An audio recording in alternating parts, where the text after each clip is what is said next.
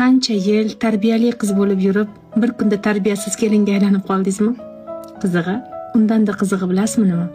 Sizga hech qachon tarbiya bermagan insonlar sizni tarbiyali yoki tarbiyasiz ekanligingizni baholashi. Lekin bir narsani hech qachon unutmang.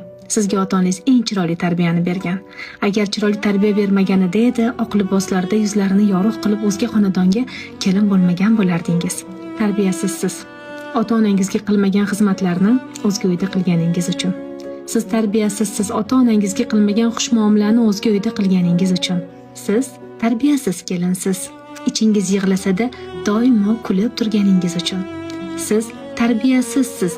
Qadringiz yer bilan poymol bo'lsa-da farzandlaringiz uchun sabr qilib yashayotganingiz uchun. Bugun sizni tarbiyasiz kelin deya aytayotgan bo'lsalar, hech ham bu gapga ishonmang. Hech bir ota-ona o'z farzandiga yomon tarbiya bermaydi.